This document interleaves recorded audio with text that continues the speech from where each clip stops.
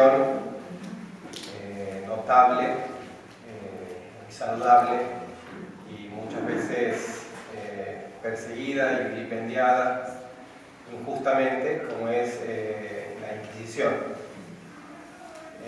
Dice Hilaire Belloc, tan grande escritor, que para entender la historia, para entender una institución, debemos colocarnos en la circunstancia histórica en que esta institución existe o existió. Para entender la Inquisición debemos colocarnos en esa época en la que existió esta institución, ¿no es cierto? La Inquisición surge en una época en que regía o predominaba el teocentrismo. La sociedad giraba o vivía en torno a Dios, pensaba en Dios, era el centro de la sociedad. Lo dice magníficamente el Papa León XIII en Immortale Dei. Hubo un tiempo en que la filosofía del Evangelio regía las naciones. Creo que hemos escuchado varias veces esta frase de León XIII. Y esta institución surge en una época en que la fe era un valor, una virtud apreciada, estimada, y se buscaba combatir todo lo que fuera en contra de esta fe. Esa es la primera aclaración que debemos hacer para entender la Inquisición, que surge en una época, en un tiempo de fe, en donde se pretendía la pureza de la fe y la ortodoxia, y todo lo que fuera en contra de esa ortodoxia era un peligro, y por eso la sociedad buscaba defenderse de ese peligro. La segunda aclaración que quisiera hacer es que, cuando uno piensa en la Inquisición, piensa en primer lugar en la Inquisición española. Ya lo hemos visto, lo hemos escuchado antes, no voy a repetirlo, pero sabemos que el enemigo persigue a España, ¿no es cierto? Por eso persigue principalmente o critica principalmente la Inquisición española. La Inquisición española no fue la primera Inquisición dentro de la Iglesia Católica. Antes existió una Inquisición llamada Pontificia. Nos ubicamos más o menos en el siglo XII, siglo XI, la herejía cátara, sur de Francia, y en esa época surge la Inquisición Pontificia. La herejía cátara era, o albigense, era una continuadora del maniqueísmo que sostenía, que había dos principios, y decía que, por ejemplo, la materia era siempre mala, ¿no es cierto? Uno debía vivir del espíritu y despreciar todo lo que fuera material. Esta es la herejía cátara. Decíamos que la Inquisición española no fue la primera. Antes de la Inquisición española existió la Inquisición Pontificia. Tampoco fue un invento de la Iglesia Católica, porque, como decíamos antes, se buscaba conservar la integridad de la fe y la ortodoxia. Entonces las otras religiones buscaban eso, y existió una Inquisición musulmana, una Inquisición protestante, que sí es criticable porque no le permitía, por ejemplo, al reo el derecho de defensa ni el debido proceso. Y una Inquisición hebrea, la principal manifestación, podemos decir que fue el Sanedrín, que fue el que condenó a nuestro Señor Jesucristo. Fue un caso de Inquisición. En España la Inquisición surge en el siglo XV. Existía en esa época el problema de los marranos. Los marranos eran conversos judíos conversos, pero eran en el fuero interno, seguían siendo judíos, seguían judaizando. Estos eran los marranos. Y surge a consecuencia, la Inquisición española surge a consecuencia de la existencia de los marranos. ¿Qué pasa? Ante estos marranos, ante estos judaizantes, primero los reyes católicos tratan de reaccionar pacíficamente, con amonestaciones, con instrucciones, pero esto no es suficiente. Continúan ellos con su labor, digamos, exteriormente parecían haber sido bautizados, habían sido bautizados, pero en su interior seguían siendo judíos. La gota que colma el vaso ocurrió en el año 1477, más exactamente en un momento tan caro, tan querido por nuestra fe católica como es la Semana Santa, en donde se produce en España una reunión de judíos para blasfemar, aprovechando el momento de la Semana Santa, para hablar o criticar a nuestro Señor Jesucristo y a la Iglesia. Entonces se produce una reacción y se le pide, ya el pueblo y los reyes también cansados de esta situación, le piden al Papa, en esa época era el Papa Sixto IV, le piden un tribunal para investigar estas actitudes de los marranos y sancionarlas. Nace entonces, un año después, en 1478, el Tribunal de la Santa Inquisición, para combatir la heterodoxia y los falsos conversos. Este tribunal estaba integrado en su cúspide por un gran inquisidor, designado directamente por el Papa. Era elegido por su santidad de vida y su ciencia.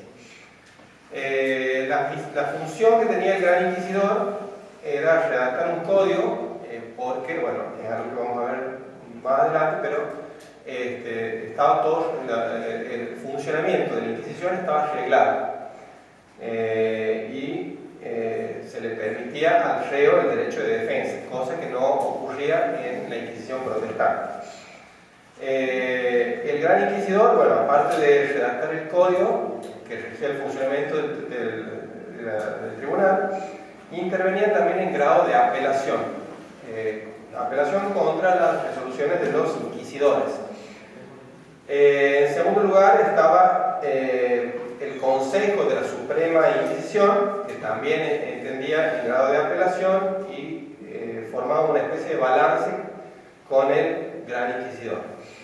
Y después el tribunal propiamente, que estaba integrado por 2 o 3 inquisidores, más de eso no había. Eran nombrados para territorios bastante extensos. Después también había otros miembros secundarios de la Inquisición, como por ejemplo los consultores, que eran los que dictaminaban sobre si un determinado delito era o no herejía, porque eso era lo que se trataba de determinar en definitiva. Si lo que alguien había dicho o sostenía era o no herejía. Bueno, había abogados también, como dijimos, se le otorgaba al reo el derecho de defensa, médicos, para resguardar la salud de los reos, y capellanes. Lo que se buscaba en primer lugar era la conversión o el arrepentimiento. Podemos decir sin exagerar que la Inquisición era un tribunal de misericordia, ¿no? No buscaba la sanción o no buscaba la muerte del reo, sino su conversión, su arrepentimiento, que dejara de propagar esos errores. Recordemos que lo que animaba a España era la fe, era esa riqueza espiritual.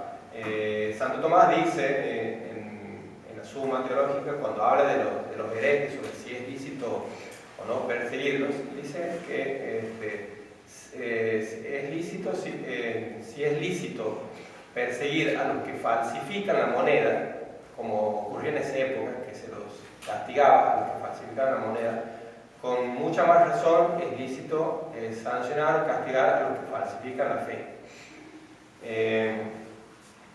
Y recordemos también la importancia que le da España a la unidad y a la riqueza espiritual, a la fe y a la ortodoxia. El Tribunal de la Santa Inquisición simplemente determinaba si el delito era o no constituía o no herejía, y ahí terminaba su función. Es falso todo lo que vemos o nos cuentan sobre curas desgarrando los miembros de los reos o cortándoles la cabeza o cualquier tipo de castigo, ¿no? El Tribunal de la Inquisición solamente actuaba hasta ese momento. Después venía lo que se llama la relajación. Se los relajaba, se los entregaba al brazo secular, que actuaba en unidad, en concordia con el Tribunal de la Inquisición. Es decir, bueno, este brazo secular ya se encargaba de aplicar la pena, pero teniendo como base lo que había dictaminado el Tribunal de la Inquisición. Se había dicho o no que lo que decía el reo era una herejía o no. Entonces, vemos que el Tribunal de la Inquisición siempre fue un tribunal de misericordia. Se cuentan de casos en que los mismos reos civiles sostenían por ahí haber dicho alguna herejía para que pasara, digamos, su caso a competencia de la Inquisición y para no ser juzgados por los tribunales seculares o civiles, que eran mucho más estrictos, mucho más duros. Sobre la Inquisición se ha dicho, se ha hablado mucho, muchas veces mal. Voy a contar algunos casos que son conocidos. Por ejemplo, uno de los casos más conocidos es el caso de Galileo Galilei. Se dice, bueno, que Galileo Galilei fue ajusticiado por la Inquisición. En primer lugar, debemos deslindar de qué Inquisición se trata. Ya habíamos dicho que existía la Inquisición española y la Inquisición pontificia. Bueno, Galileo Galilei fue procesado por la Inquisición pontificia o Inquisición romana, no por la Inquisición española. No fue procesado por sus dichos, por sus doctrinas, no fue sancionado por la teoría heliocéntrica que él sostenía, sino por cuestiones disciplinarias. Se le permitía enseñar la doctrina heliocéntrica, la doctrina de Copérnico, que dice que la Tierra giraba alrededor del Sol, pero no se le permitía enseñar eso como una verdad absoluta, porque no había sido demostrado todavía. A consecuencia de eso es procesado por la Inquisición romana y sancionado con prisión domiciliaria. Esa es la sanción que se le aplica a Galileo Galilei. Y algunas oraciones, ninguna pena física. Santa Juana de Arco también es otro caso, no fue juzgada por la Inquisición, sino por un tribunal eclesiástico ad hoc al servicio de Inglaterra. Ella pide en su proceso que se traslade su caso al Papa, que se la conduzca hacia el Papa, y se lo niegan porque con el argumento de que estando ante ese tribunal eclesiástico estaba ante el mismo Papa. Bueno, ese tribunal condena a muerte a Juana de Arco y muere en la hoguera. Después ese juicio es declarado nulo e inicuo. Y finalmente Juana de Arco, Santa Juana de Arco, es reivindicada y canonizada en 1920. El índex es otra forma de actuar que tenía la Inquisición, en el siglo XVI especialmente, donde surge, el momento en el cual surge diversas herejías. El protestantismo, con Lutero, con Enrique VIII, Calvino, Zwinglio, etc., tratan de desparramar todas esas herejías por medio de escritos. El Index lo que hace es buscar e impedir el ingreso de esta literatura herética a España. Muchas veces los inquisidores se tomaban bastante tiempo para leer los libros detenidamente, y el libro en cuestión llegaba a difundirse antes de que llegara la sanción. Pocas veces se prohibía la totalidad del libro.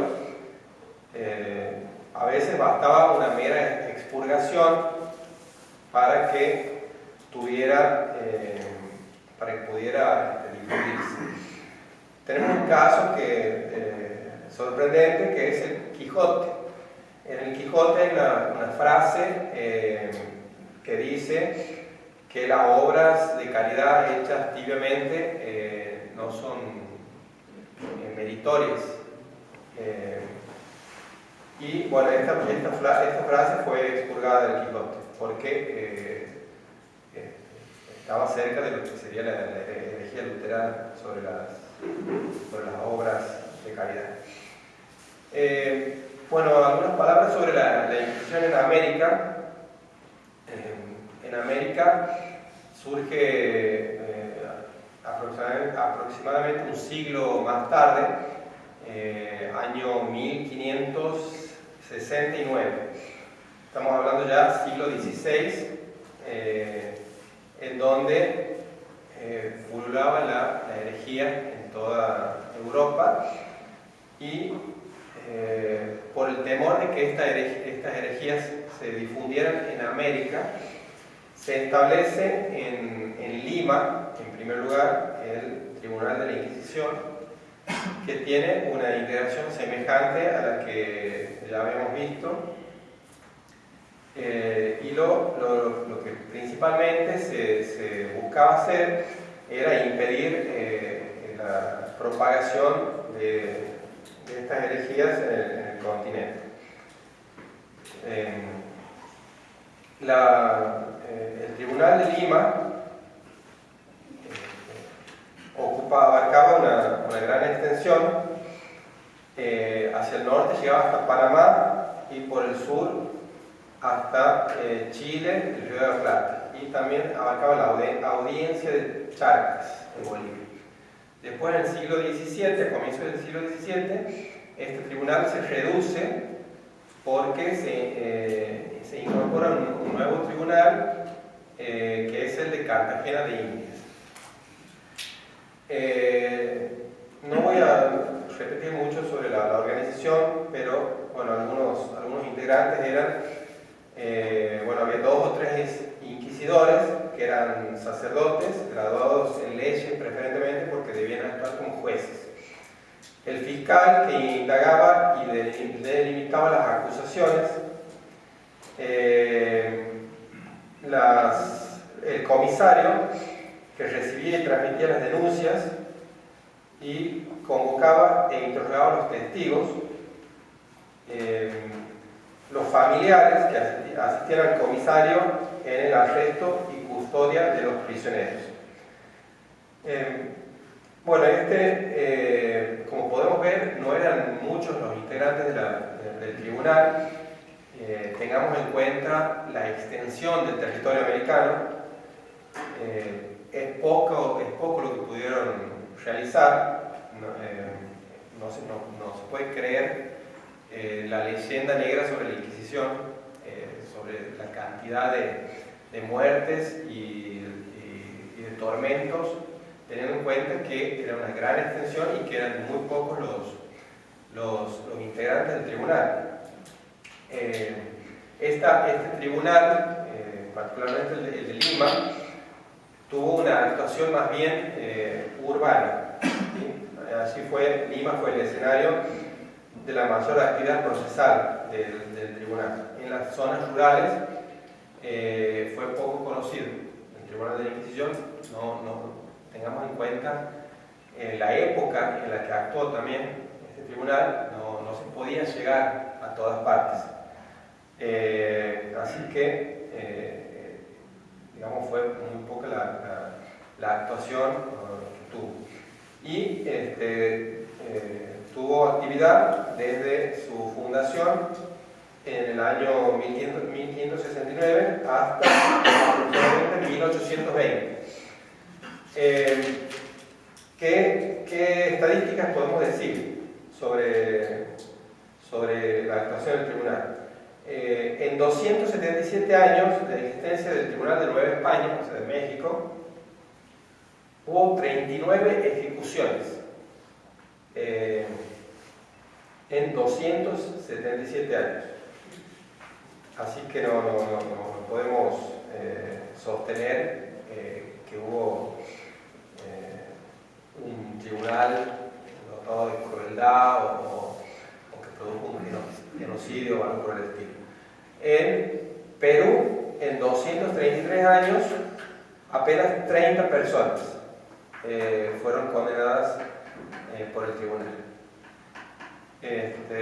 Así que, bueno, eso es, digamos, lo que podemos decir sobre la actuación de la Inquisición, primero en España y después en América. Bueno, eso es.